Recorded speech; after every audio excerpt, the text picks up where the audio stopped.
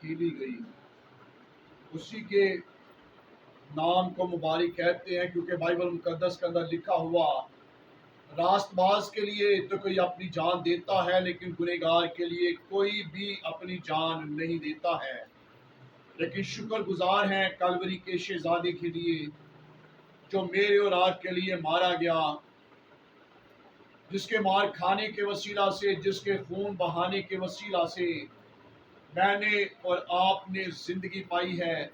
آئیے ذرا اس کی محبت کے بارے میں دیکھیں گے۔ بزرگ یسایہ بن آموز کا صحیفہ، اس کا 53 باب اور اس کی پہلی آیات کے اندر یوں مرقوم ہے: ہمارے پیغام پر کون ایمان لایا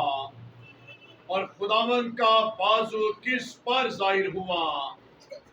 اور وہ اس کے آگے کومپل کی طرح اور خشک زمین سے جڑ کی مانند پھوٹ نکلا ہے،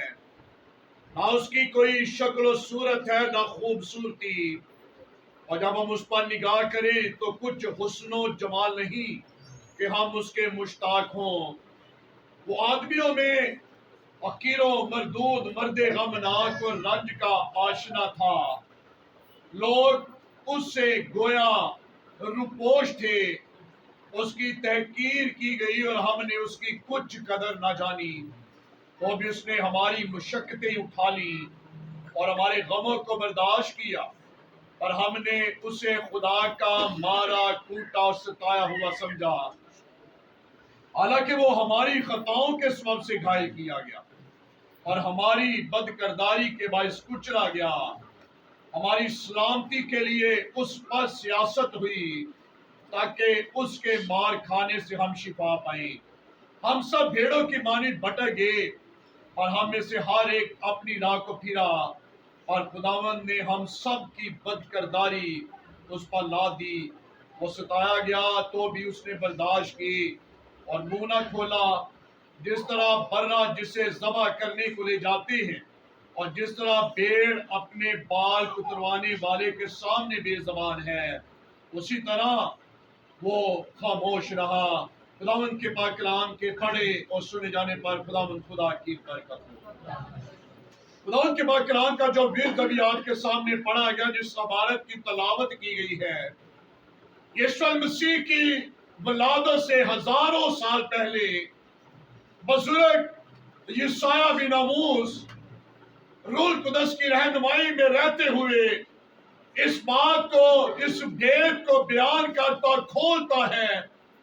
کہ انسانوں کے لیے ایک آئے گا جو آ کر اس جدائی کی دیوار کو گرائے گا۔ ہم سب اس بات کو جانتے ہیں کہ پیدائش کی کتاب کے اندر نافرمانی کے سبب سے جدائی کی دیوار جو ہے وہ کھڑی ہو چکی، اور اس جدائی کی دیوار میں خدا کو انسان سے اور انسان کو خدا سے دور کیا، اور دور ہونے کے سبب سے بہت سارے نبیوں، رسولوں کو، پیغمبران کو اس جہان کے اندر بھیجا تاکہ کوئی آئے اور اس جدائی کی دیوار کو گرا سکے۔ بھیڑ بکریوں کی قربانیوں کا سہارا لیا گیا تاکہ ان کے وسیلہ سے خدا کی خوشنودی کو حاصل کیا جا سکے، لیکن وہ سارے کا سارا ناکام رہا۔ بائبل کے اندر لکھا ہوا خداوند یسایہ کے صحیفہ کے اندر ہی اس کے پہلے باب کے اندر بیان کرتا ہے: مجھے تمہارے نئے چاندوں سے، مجھے تمہاری عیدوں سے نفرت ہے، گھن آتی ہے۔ خدا گلا کرتا، شکوہ کرتا ہے ایسی قربانیوں سے جو سال با سال گزرانی جاتی لیکن اپنے پاس آنے والے کو مکمل کامل نجات نہیں دے سکتی۔ اور کامل نجات دینے کے لیے ایک کو قربان ہونا پڑا۔ ہم بائبل مقدس کے اندر دیکھتے ہیں نبی یسوع مسیح کو آج کی رات سے ہزاروں سال پہلے سردار کاہن کی صدر عدالت کے اندر کھڑا کیا گیا، تو اس نے روح القدس کی رہنمائی میں اس بات کو کھولا کہ پوری امت کے لیے ایک کا قربان ہونا ضرور ہے، اور جو قربانی دینے والا ہے اس کے بارے میں خروج کی کتاب کے اندر لکھا ہوا، خداوند نے فرمایا اس سے پہلے کہ خدا بنی اسرائیل کو ملک مصر سے غلامی کے گھر میں سے لے کر آئے، اس نے فسح کے بارے میں تعلیم دی تاکہ بنی اسرائیل کے لیے یہ نشان ٹھہر سکے کہ خدا نے کس طریقے سے انہیں نکالا۔ اور بائبل کے اندر لکھا ہے تمہارا فسح، تمہارا برہ بے عیب ہونا چاہیے،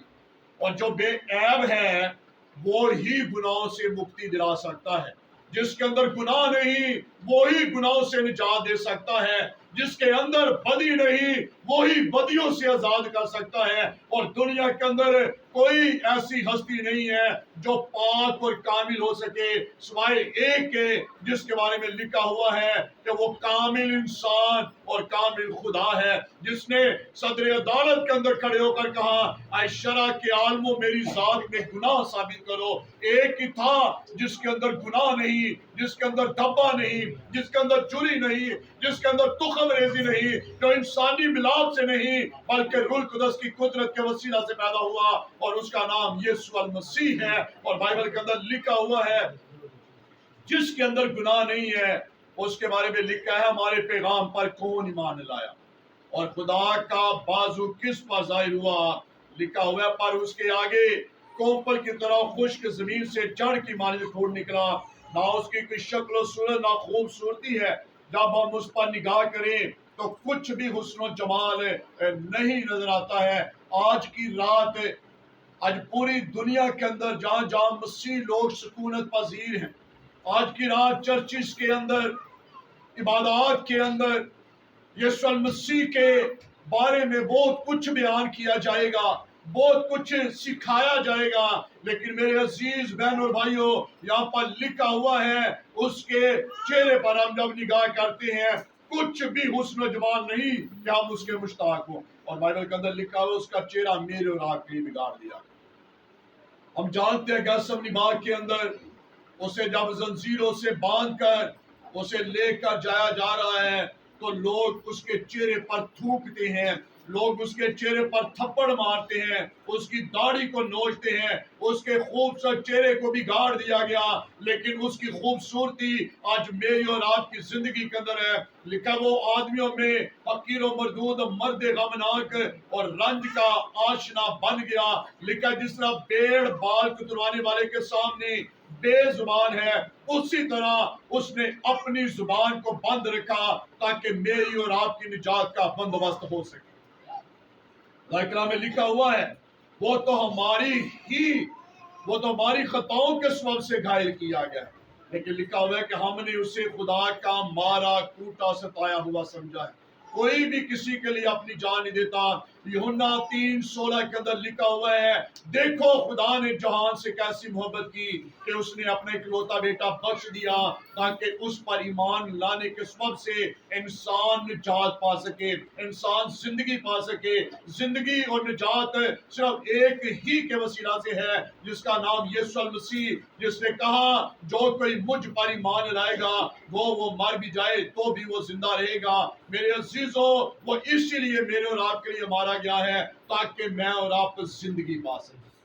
وہ اس نے صلیب کا دکھ میرے اور آپ کے لیے برداشت کیا، اس کی پیٹھ پر بزرگ داؤد بن یسی بیان کرتا اس کی پیٹھ پر ریگاریاں بنا دی گئی ہیں، لیکن اس نے سارا کچھ میرے اور آپ کے لیے برداشت کیا تو تاکہ میں اور آپ نجات پا سکیں۔ نجات کا راستہ ایک ہی ہے، کسی اور کے وسیلہ سے نجات نہیں ہے، اور جس نے مجھے اور آپ کو نجات دینے کے لیے اپنی جان کا بلیدان دیا ہے اسی کے کلام میں لکھا ہوا ہے خدا کسی کی ہلاکت نہیں چاہتا بلکہ چاہتا ہے کہ ہر ایک جان کی توبہ تک نوبت پہنچے۔ اگر آج ہم اس شام کے اندر موجود ہیں